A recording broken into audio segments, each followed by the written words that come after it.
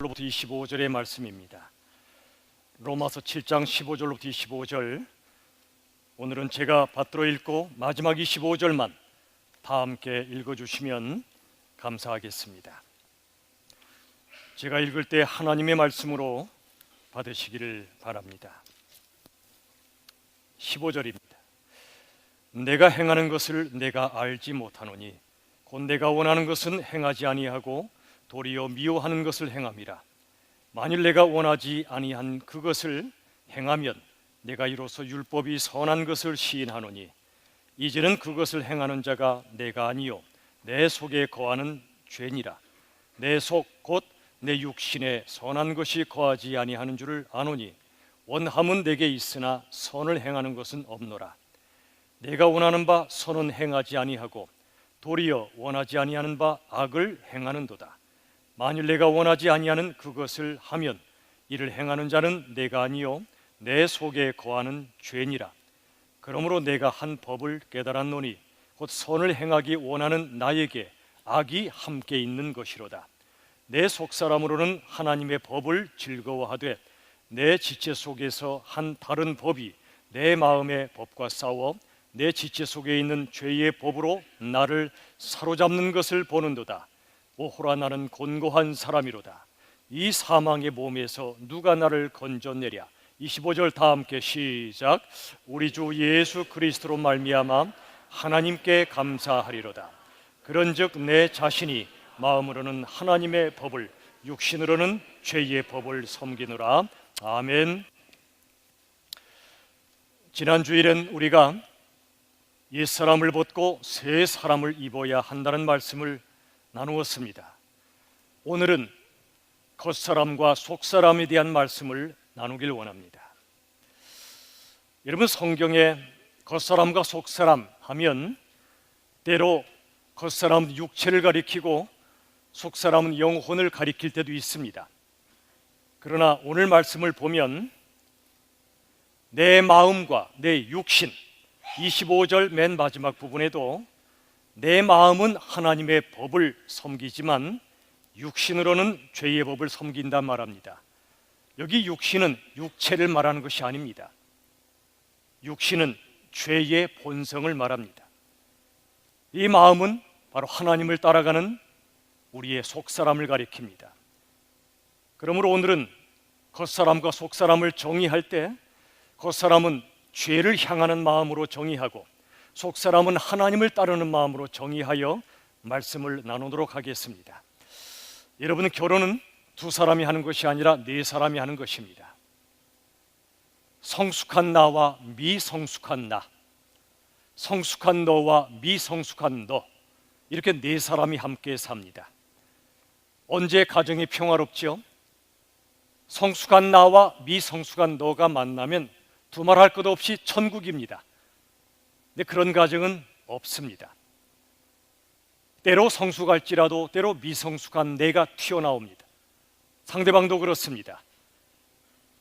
상대방이 미성숙한 나로 나를 대해올 때 내가 성숙한 모습으로 대응하면 가정은 여전히 천국입니다. 거기에 용서와 화해가 있습니다. 그러나 한 사람이 미성숙한 나로 반응할 때 또 다른 사람이 여전히 미성숙한 모습으로 반응하면 그곳에서 불꽃이 튑니다. 가정이든 교회든 세상이든 싸움이 일어납니다. 여러분, 이처럼 결혼도 네 사람이 하는 것임을 잊지 마십시오. 즉, 우리 한 사람 한 사람 속에는 두 사람이 존재한다는 사실입니다. 그것을 오늘은 겉사람과 속사람이라 말하겠습니다. 오늘 두 가지 메시지를 나눌 텐데 첫 번째가 이것입니다. 같이 한번 우리 고백합시다. 다 같이 시작. 겉사람과 속사람은 서로 갈등한다. 겉사람과 속사람은 절대로 친해질 수 없습니다.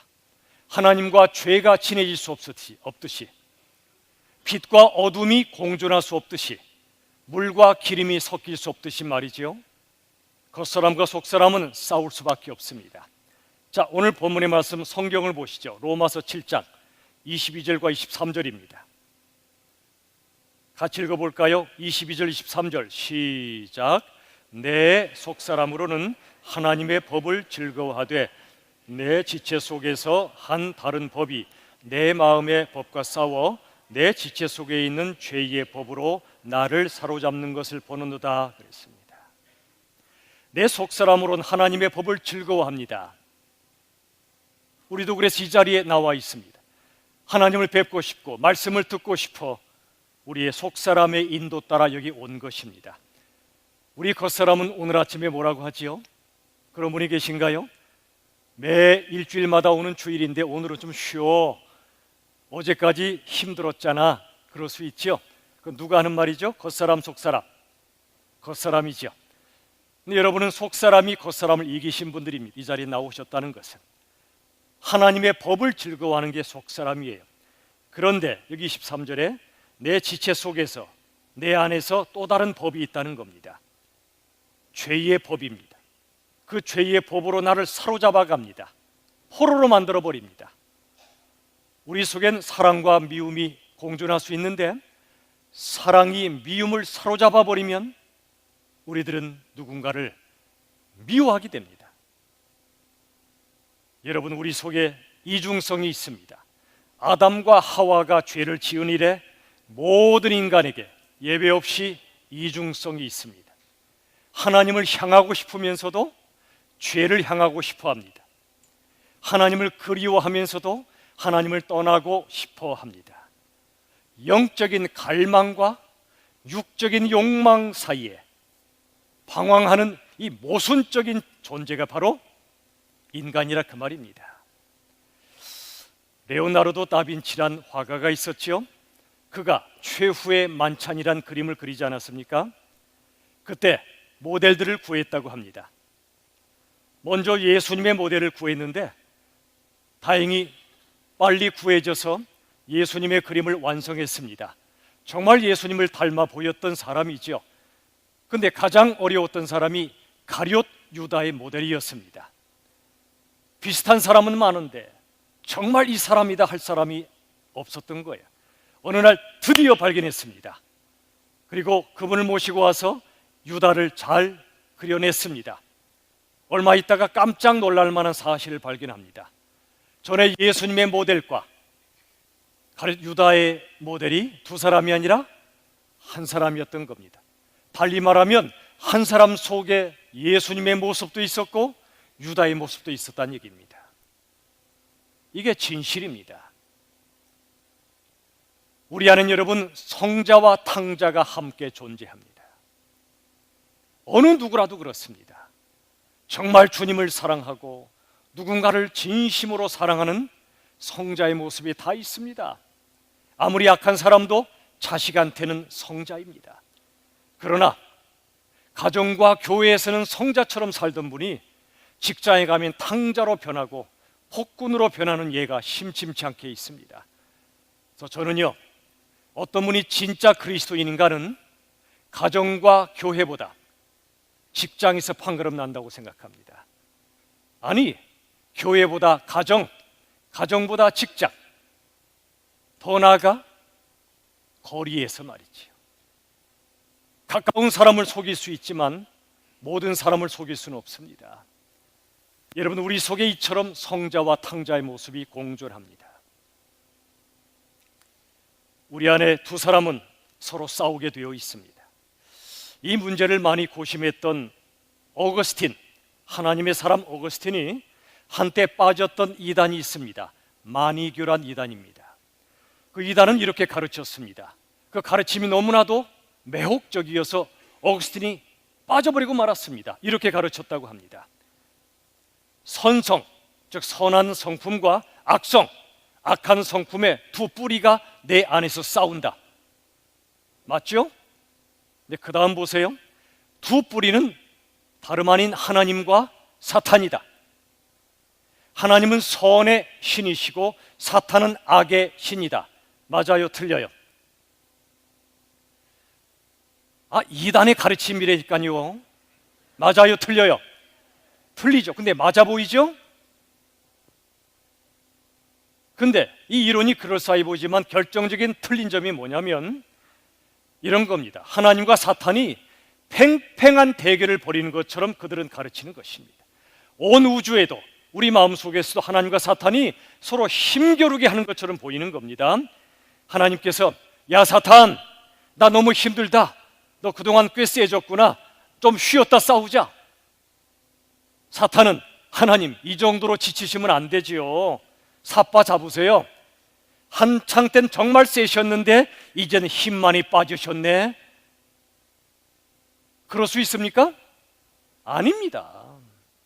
그럴 수 없습니다. 사탄은 강력합니다. 우리가 하나님 없이 사탄과 싸우면 백전백패입니다. 그러나 사탄이 하나님을 공격할 수는 없습니다. 그 대신 하나님의 사람들을 공격하는 것입니다. 사탄은 전능하신 하나님께 감히 맞설 수 없는 피조물에 불과한 존재인데, 이 마니교란 잘못된 이단은 마치 하나님과 사탄이 팽팽하게 싸우는 것처럼 묘사했기 때문에 틀렸다는 겁니다. 물론 선의 뿌리엔 하나님이 계신 건 맞고 악의 뿌리에 사탄이 있는 건 맞아요. 그러나 두 존재는 비교할 수 없는 존재입니다. 자, 여러분, 우리 안에서 겉사람과 속사람이 싸운다고 그랬죠? 이것은 우리 안에서 하나님과 사탄이 싸우는 게 아니에요. 그게 아니고 우리의 선한 의지와 악한 의지가 서로 싸우는 겁니다. 인간은 하나님의 형상으로 지음받았기 때문에 자유의지를 가지고 있어요. 선을 택할 수도 있고 악을 택할 수도 있어요. 그래서 오늘 로마서 7장 21절의 말씀이 나오는 것입니다. 읽어보죠. 다 같이 21절 시작. 그러므로 내가 한 법을 깨달았노니 곧 선을 행하기 원하는 나에게 악이 함께 있는 것이로다. 바울이 깨달았어요. 이 바울이 쓴 로마서 7장은 사도 바울이 예수님 만나서 회심하고 거듭난 이후의 고백입니다. 거듭났음에도 불구하고 내 속에서 겉사람과 속사람이 싸우는 걸 고백하고 있는 거예요. 21절을 다시 한번 보세요. 내가 한 법을 깨달았는데 뭘 깨달았는가? 선을 행하기 원하는 나. 이게 바로 선한 의지입니다. 우리 속에 이런 마음이 있잖아요. 어려운 사람 보면 돕고 싶잖아요. 주님 뜻대로 살고 싶잖아요. 그런데 그것만 있는 게 아니에요. 악이 함께 있어요. 이 악은 악한 의지를 말합니다. 하나님을 거스르고 싶고 말씀에 불순종하고 싶은 악한 의지가 같이 있다는 겁니다. 여러분, 지난주에 드린 말씀처럼 우리가 예수를 진실로 믿어 옛사람을 벗어버리고 새 사람이 되었다고 해도, 우리의 신분이 하나님의 자녀가 되었다 해도 우리 안엔 여전히 두 가지 의지가 공존한단 말입니다. 선한 의지와 악한 의지, 속사람과 겉사람이 함께 있다는 말입니다. 자기를 사랑하는 겉사람과 하나님을 사랑하는 속사람, 쾌락을 따라가는 겉사람과 진리를 사랑하는 속사람, 육체적이고 감각적인 사랑을 추구하는 겉사람과 정신적이고 영적인 사랑을 추구하는 속사람이 치열하게 싸웁니다. 물론 여러분, 부부간에 서로 껴안아주고 그러한 육체적인 사랑을 나누는 것은 죄가 아닙니다. 하나님이 주신 바운더리 안에서의 육체적 사랑은 절대 죄가 아닙니다. 그러나 하나님이 설정하신 바운더리 벗어나면 그게 죄가 됩니다. 결혼 전이든 결혼 이외이든 말이죠. 이것과 같습니다. 집안에 난로가 있죠. 장작이 있습니다. 장작을 뗍니다. 불이 타오릅니다. 그 불이 난로 안에 있으면 온 집안을 따뜻하게 데펴줍니다. 그런데 그 불이 난로 밖으로 가면 집을 태워버립니다. 이와 똑같아요. 하나님의 말씀에 순종하고 하나님이 정하신 결혼의 테두리 안에서 하는 육체적 사랑은 아름다운 것입니다. 가급적 많이 손잡으세요. 많이 좀 안아주세요. 그러나 잊지 말아야 될 것은, 육체적 감각적 사랑만을 추구하다 보면 하나님을 놓치기가 쉽습니다. 영적인 사랑을 잃어버리기가 쉽습니다. 우리들은 끊임없이 이 두 사람 사이의 치열한 싸움을 인식하며 살아야 됩니다. 여러분, 예수님을 닮아가는 과정을 성화의 과정이라 부르죠. 이 과정에서 이 두 사람의 싸움은 치열합니다. 겉사람과 속사람의 싸움은 정말 치열합니다. 제 안에도 하루도 예외 없이 정말 치열하기 때문에 때로 그런 기도를 드려요. 하나님, 천국에 가고 싶습니다. 가고 싶다고 갈 수 있는 건 아니지만, 왜냐? 천국 가면 이 두 사람 사이의 싸움이 끝나니까요. 이 싸움이 얼마나 힘들고 어려운가를 알기 때문에 주님을 따르고 싶지만 또 따르지 않기를 원하는 이 마음이 속에서 싸우는 게 얼마나 힘듭니까? 근데 천국 가면 하나로 일치돼 버리잖아요. 얼마나 자유합니까? 얼마나 기쁘겠습니까? 이 땅에 살아있다는 것은 사명 때문에 살아있는 겁니다. 사랑할 사명 때문에. 사랑하는 여러분, 창세기 32장에는요 한 사람 야곱이 야복강가에서 주님을 만납니다. 지난 20년 동안 형 에서와의 그 원수지간이 되고 멀리 도망갔다가 드디어 돌아옵니다. 고향으로. 근데 형이 400명을 데리고 이제 온다는 소식을 듣고 두려움에 빠집니다. 그때 이 야곱은 간절한 마음으로 주님을 찾습니다. 지금까지 내가 받았던 축복, 가정의 축복, 재물의 축복, 모든 축복보다도 진짜 축복을 찾습니다. 그 축복은 다름 아닌 주님이었습니다. 주님이 주신 것보다 주님을 더 찾기 시작했습니다. 나 좀 내버려둬 그래도 아닙니다. 당신이 나를 축복하기 전까진 절대로 못 갑니다. 당신이 누군지 알려주시옵소서. 당신을 제대로 만나기 전엔 절대로 못 보냅니다. 영적인 갈망이 극치에 달했던 겁니다. 이 믿음을 보시고 주님이 새 이름을 주시죠. 야곱에서 이스라엘로. 야곱은 나 중심의 삶이고 이스라엘은 하나님 중심의 삶이에요. 그의 신분이 완전히 달라져 버렸어요. 옛사람이 변하여 새 사람이 됐습니다. 그리고 33장에 가면 원수지간이었던 에서와 감격적인 화해를 이룹니다. 근데 그게 끝이 아니었어요. 33장 마지막에 가보면 야곱 일가가 세겜이란 땅에 평안이 거했다고 기록하는데 실은 편안히 거했다는 번역이 더 맞습니다. 평안은 마음의 문제고 편안함은 몸의 문제이기 때문에 그래요. 이제는 편안히 거할 수밖에 없었지요. 형과도 화해했지요. 돈도 많지요. 가족도 많지요. 거기다가 예배도 잘 드렸다고 성경은 기록합니다. 만사 형통입니다. 문제는 그 직후에 발생합니다. 어느 날 창세기 34장의 말씀처럼 야곱의 딸 디나가 그 땅의 여자들을 보기 위해 나갔습니다. 왜 나갔겠습니까? 뻔하지요. 세상 여자들이 어떤 패션, 어떤 화장품, 어떤 유행 궁금했겠지요. 그랬다가 그 땅의 추장에게 강제로 성적 폭행을 당하고 맙니다. 야곱의 아들들이 이 사실을 알게 됩니다. 분노가 하늘을 찌르죠.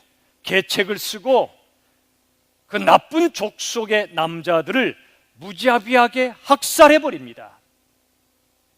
기가 막히는 살인죄를 저지릅니다. 그 순간 이 야곱의 마음에 얼마나 놀라운 생각이 들었겠습니까? 창세기 35장을 보면 하나님께서 야곱에게 말씀하십니다. 야곱아 일어나라, 베델로 올라가 예배를 드리라고 말씀하십니다. 베델이 어떤 곳입니까? 야곱이 형이 무서워 멀리 도망가다가 돌베개를 차고 자던 그곳, 본래 루스였다가 베델로 바꿔진 그곳, 베델은 하나님의 집이란 뜻이지요. 사닥다리 환상을 보고 하나님의 임재를 체험했던 그곳, 하나님께 예배를 진정으로 드렸던 그곳, 광야 예배를 드렸던 그곳입니다. 마치 10년 전에 우리 교회가 한 장애인 직업재활센터 식당에서 드렸던 그 광야 예배처럼 말이죠. 아까 어머니 그러시더라고요. 10년쯤 지나니까 마음이 너무 식어져서 괴롭다고요. 그래서 올해 우리가 다시 한번 영적인 부흥을 위해서 나아가자 우리가 함께 나아가고 있지 않습니까? 예배전 찬양 축제를 위해서 우리가 노력하고 있지 않습니까? 예배 시간에 맞춰 겨우겨우 헐레벌떡 달려오지 마시고 9시 15분에 또는 11시 10분에 오셔서 정말 불가피한 일이 없거든. 오다가 타이어가 빵꾸 났거나 오다가 누가 쓰러져서 내가 좀 돌봐야 되거나 그런 일이 아니거든. 일찍 나오셔서 하나님 앞에 찬양으로 나아갑시다. 용광로처럼 달궈진 마음으로 드리는 예배와 맹숭맹숭한 마음으로 드리는 예배는 천양짓합니다. 올해 우리가 이렇게 예배가 회복되도록 기도하고 있지 않겠습니까?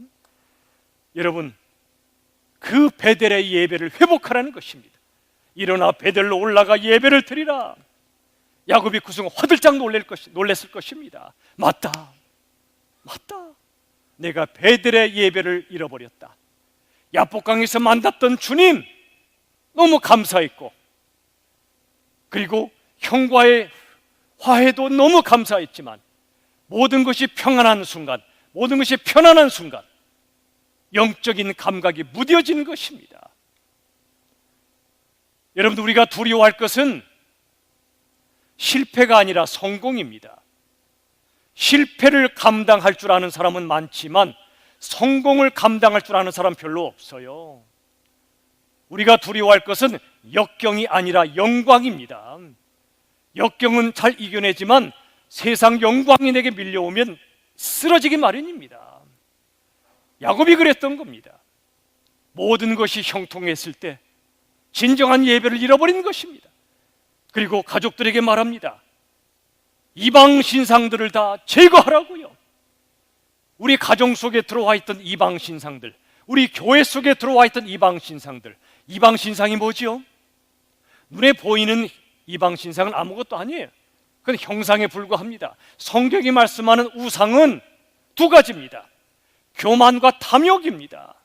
그게 선악과를 따먹은 인생의 두 본질이고 죄악의 두 본질입니다. 교만과 탐욕이 뿌리라면 이 뿌리에서 맺혀지는 열매가 거짓말, 살인, 미움 이런 것들입니다. 거짓말, 살인, 미움들은 도덕적인 죄입니다. 이것도 안 좋은, 무서운 죄지만 더 무서운 죄가 뭐냐면 교만과 탐욕입니다. 이게 원죄의 본질입니다. 예수님이 오셨을 때 세리나 창기, 그 당시에 죄인들의 대명사였던 그들을 향해서는 불쌍히 여기셨어요. 그들의 죄를 덮어주고 합리화해 주는 게 아니에요. 그들의 죄를 가장 미워하시지만 죄의 포로가 되어버린 그들을 긍휼히 여기셨던 겁니다. 그런데 죄인이나 세인들은 예수님이 회개하라 말씀하실 때 돌아왔지요. 자신의 죄를 가슴을 치며 고백했지요. 그러나 끝까지 자신의 교만과 탐욕을 부인했던 존재들이 있었습니다. 그 당시 종교 지도자들이었습니다. 바리새인과 서기관들, 율법사들이었습니다. 그 당시에 가장 강력한 영향력을 미쳤던 자들, 높은 지위에 있었던 자들인데 예수님이 그들을 향하여 독사의 자식이라고 말했습니다. 세리와 죄인들은 자신의 죄를 알고 회개하며 내게 나오지만 너희들은 나를 십자가에 못 박는도다. 그들의 죄의 목이 뭐지요? 돈을 횡령한 죄,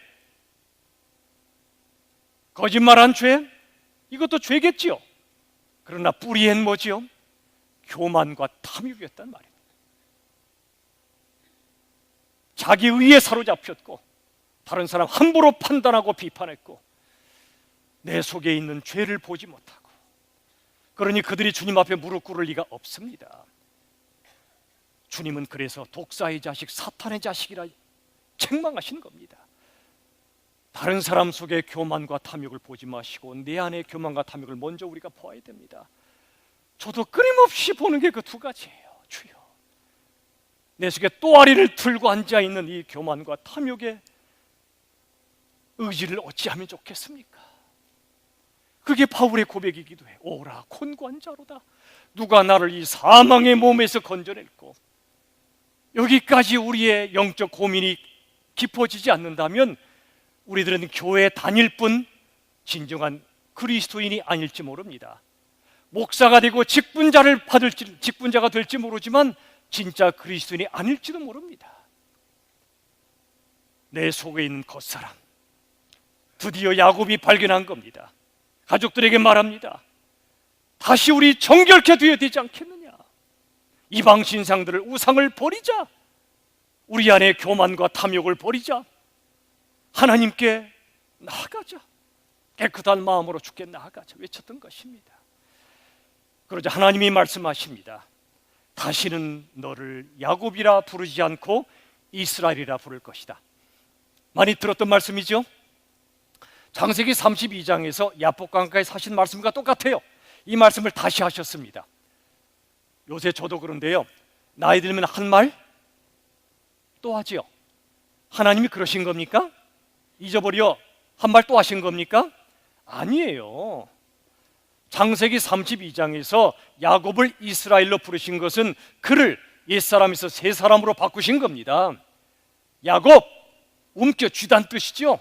오직 나를 위해서 살았던 자가 이제는 움켜쥐기보다 내어주는 삶으로, 하나님 중심의 삶으로 그의 믿음이 생겼고, 진짜 믿음이 생겼고 새 사람으로 바꿔주신 게 32장의 말씀이라면 35장, 이때 하신 말씀은 맥락이 달라요. 성경은 맥락으로 읽으셔야 돼요.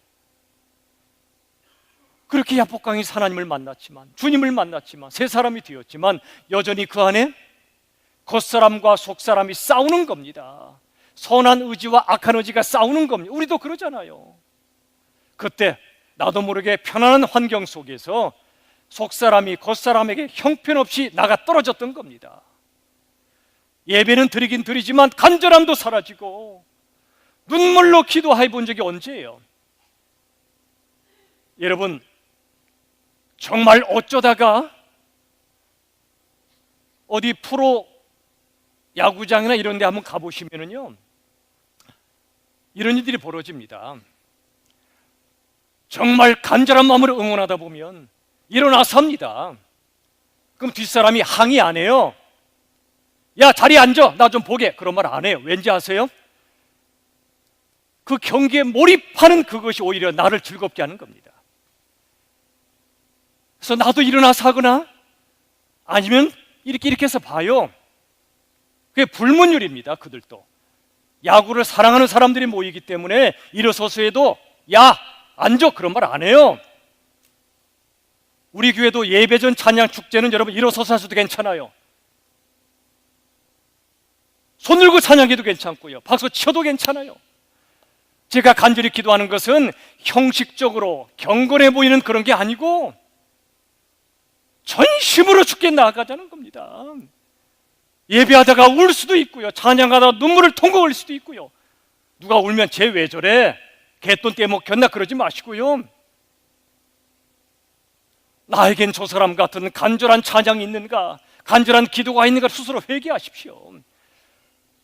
우리가 혹시 딱딱한 석고석처럼 돼 있지 않냐 그 말이에요. 야곱과 야곱 일가가 다시 한번 베델로 올라가 예배를 회복하라는 하나님의 말씀 앞에 나갔던 겁니다. 우리 교회도 이러한 예배가 회복되고 영적으로 회복되는 역사를 허락하시기를 간절히 축원합니다. 주일날 좀 서로 인사 좀 하세요. 먼저 인사 좀 하세요. 우리 교회 옛날부터 참 제가 들었던 손님들의 칭찬이 따뜻한 교회다, 서로 인사 참 잘한다. 그런데 언제부턴가 좀 냉랭해진 것 같아요. 연세에 상관없이 인사하십시오. 젊은 분들은 연세 드신 분께 먼저 인사드리고, 또 연세 드신 분들은 유교처럼 나한테 인사해 그러지 마시고 먼저 다가가 예수님처럼 인사해 주세요. 격려해 주세요. 서로 인사해야 됩니다. 먼저 인사하십시오. 먼저 따뜻하게. 끼리끼리 모여 식사하지 마시고, 처음 오신 분, 혼자 앉아 계신 분 찾아서 가서 식사하세요. 내 바운더리 넘어서세요. 안 그러면 우리 교회 앞으로도 장담 못해요. 10년이 된 이 시점, 앞으로 10년을 내다보며 제2의 개척으로 나아가길 간절히 축원합니다. 정말 제 마음이 간절할 수밖에 없어요. 야곱에게 주신 이 영적인 부흥이 우리에게 일어나야 되지 않겠어요? 그래서 하나님이 창세기 32장에서 야곱을 이스라엘로 바꿔주셨지만 그걸로 끝나지 않고 에서와 화해하고 딸 디나가 기가 막힌 고통을 겪고 살인죄도 저지른 아들의 참상을 보고 그 사이에 들어왔던 이방 신상을 버리고 정결한 마음으로 다시 베델로 올라가 예배 드렸을 때 하신 말씀이 뭐라고요? 야곱아, 이제 네가 진짜 이스라엘답게 사는구나, 그런 뜻이에요. 새 사람이 되어 하나님의 자녀가 되었지만 만족하지 말고 내 속에서 겉사람과 속사람이 치열하게 싸울 텐데 겉사람이 속사람을 이기게 하지 말고 속사람이 겉사람을 패퇴시키라, 무찌르라, 그 말이에요. 그때 야곱이 이름만 이스라엘로 바뀐 것이 아니라 무늬만 예수 믿는 사람이 아니라 진짜 그리스도인으로 살게 된다, 그런 뜻이에요. 진짜 그리스도예요. 이를 위해서 우리가 깨달아야 될 한 가지 원리가 있습니다. 오늘 마지막 메시지입니다. 저를 따라합시다. 겉사람이 깨져야 속사람이 살아난다. 평생 이 두 사람은 살아있겠지만 겉사람이 점점 힘을 얻으면 안 돼요. 힘을 잃어야 돼. 속사람이 점점 힘을 얻어가야 돼요.